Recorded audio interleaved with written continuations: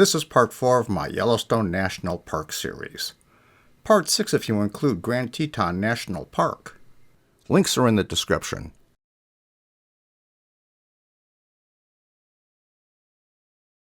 We recross the probable boundary of the Yellowstone caldera just south of Madison. Yeah, it's over 40 by 30 miles wide, but that number is lost because of its size. You would need to be elevated about 300 feet in the center of the caldera to be able to see both rims of the caldera. Not long past Madison, the caldera convinces you there's a magma bubble someplace below you, and you enter another world. Our own cloud makers. Steam rises from various places, and the green meadows turn into white wastelands. On a cold day, the steam sometimes acts more like a smokescreen, which can be annoying. These are the Geyser Basins, and the Grand Loop Road takes you right through them.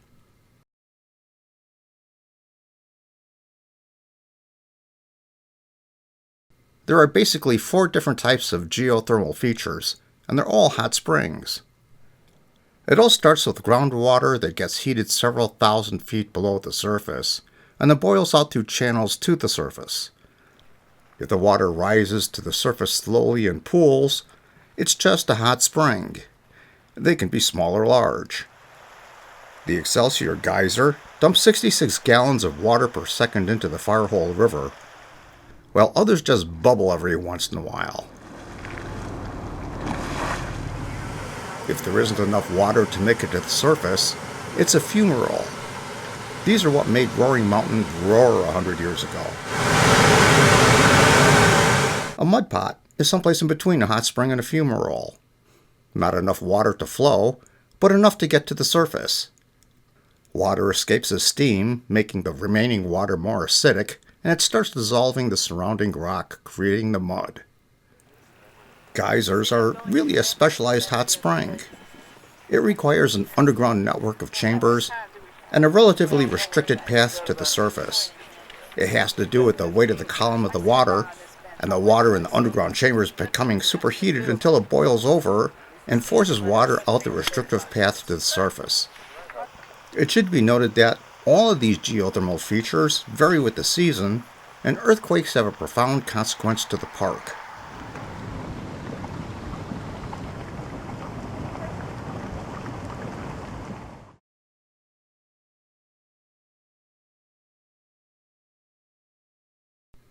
We'll start with Firehole Lake Drive, another short one-way drive around the Great Fountain, Geyser, and Hot Lake.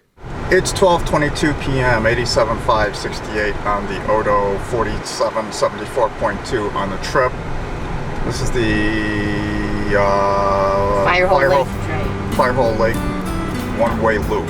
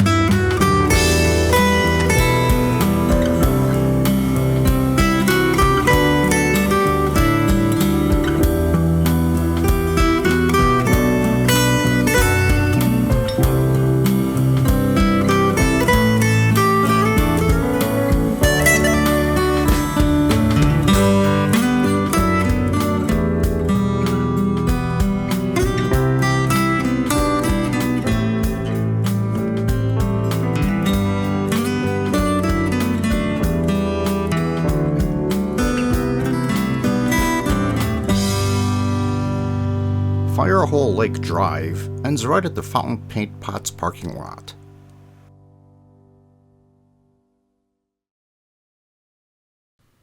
Fountain Paint Pot is a popular stop. It's a short half-mile walk on a wooden boardwalk, and you can see all 4 different types of hot springs.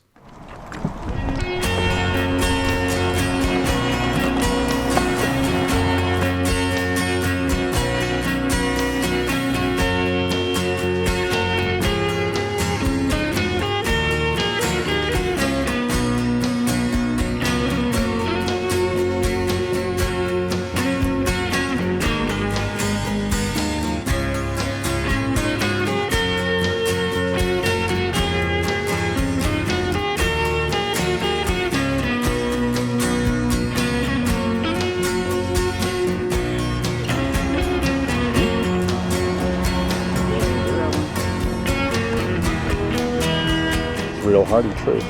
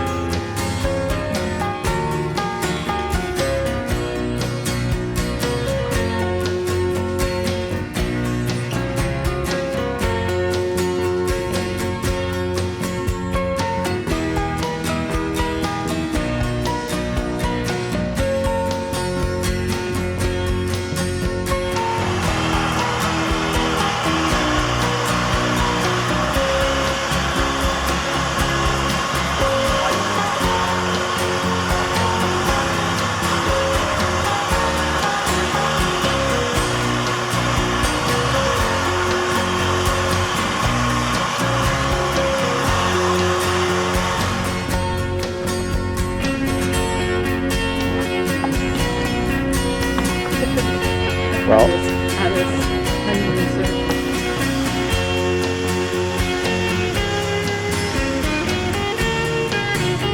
fly.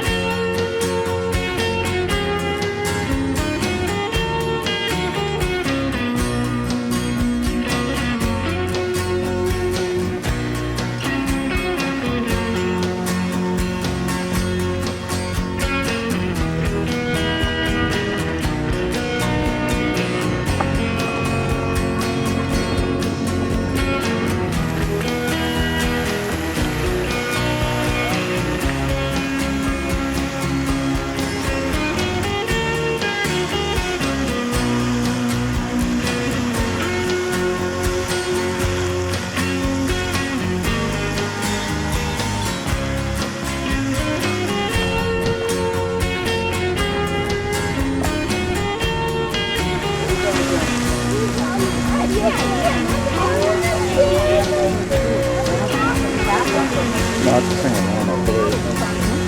I don't want it.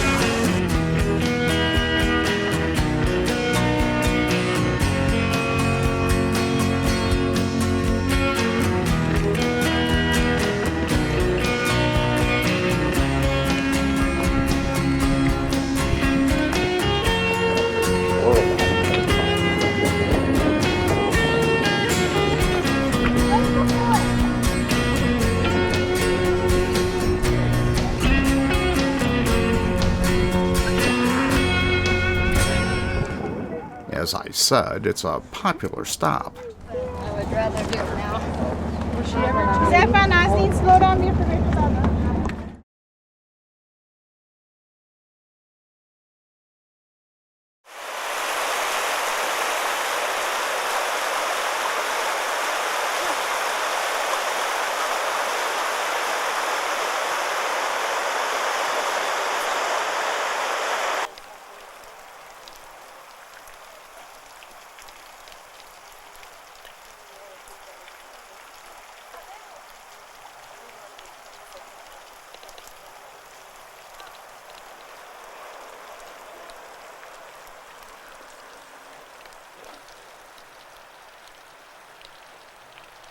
cats down there. Oh, that'll be a good picture.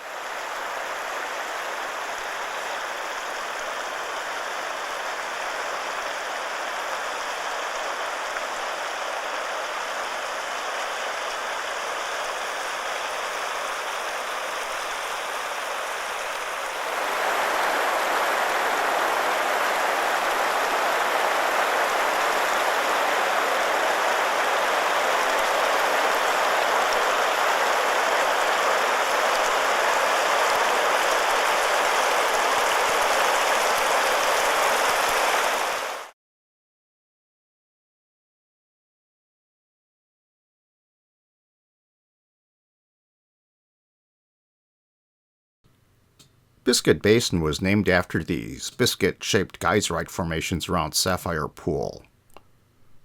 But then Sapphire Pool blew up in 1959 and all the biscuits went away. In July of 2024, Black Diamond Pool exploded and has closed Biscuit Basin at least through the summer of 2025, possibly longer.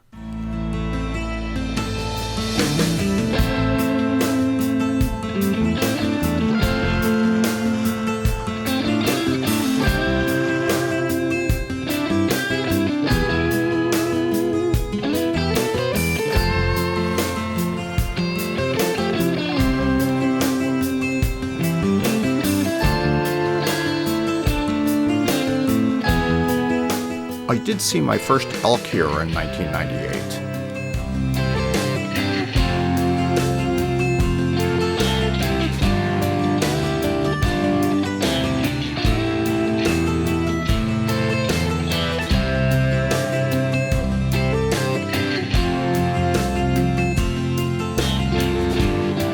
Black Sand Basin is named after the sand derived from the erosion of obsidian, though you couldn't prove it through me.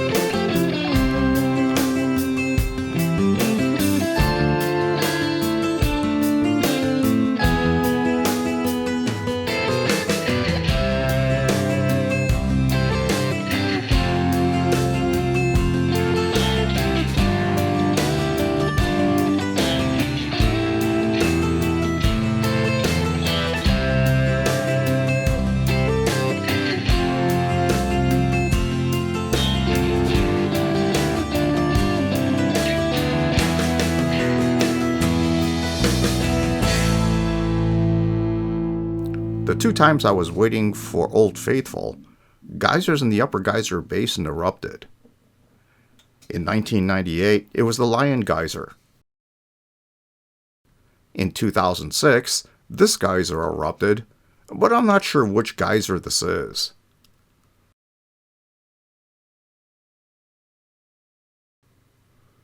What can be said about Old Faithful that hasn't already been said, except it's not the most regular geyser, nor the highest, nor the longest, nor the largest. But it is old, and it's one of the most publicized natural phenomena in the world. Eruptions are predictable. It starts with a thickening of the steam column, then it teases you pushing out small amounts of water, and then it teases you some more. Here we go, George. Here we go. It's going big time. This is it. This is what we've all been waiting for. Oh my gosh, here it goes. Come on, don't disappoint now. But eventually, the water finally boils itself out. I'll post the full eruptions in another video. Let's do it, George. You're not set up high enough, are you?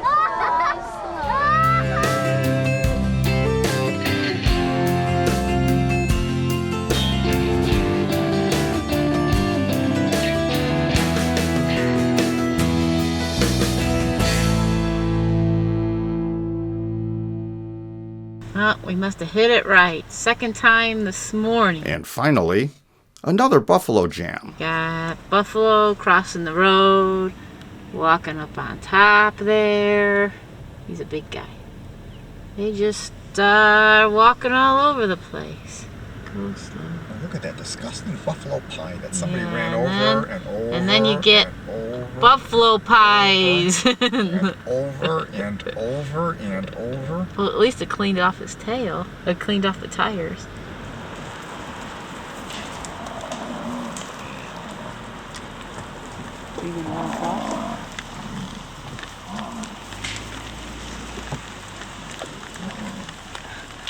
No. He's yelling at him. Ooh, scratching. And why are they stopping in the middle of the road? 'Cause they Ooh, look can't. at him. He's yelling at him.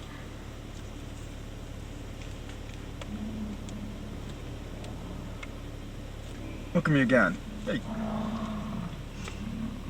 Humans. Why don't you creep up a little? Get him to move. There you go. They're just not in a hurry.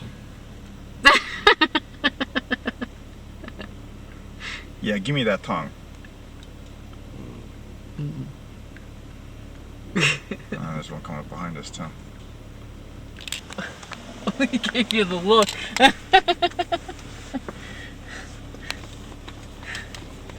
Did you get him? Giving you the look? Yeah. That's right. We'll use all 30 minutes on these guys. Oh, these guys are... How many cars are behind us? Bunches. Buffalo butts. Bison butts. Right?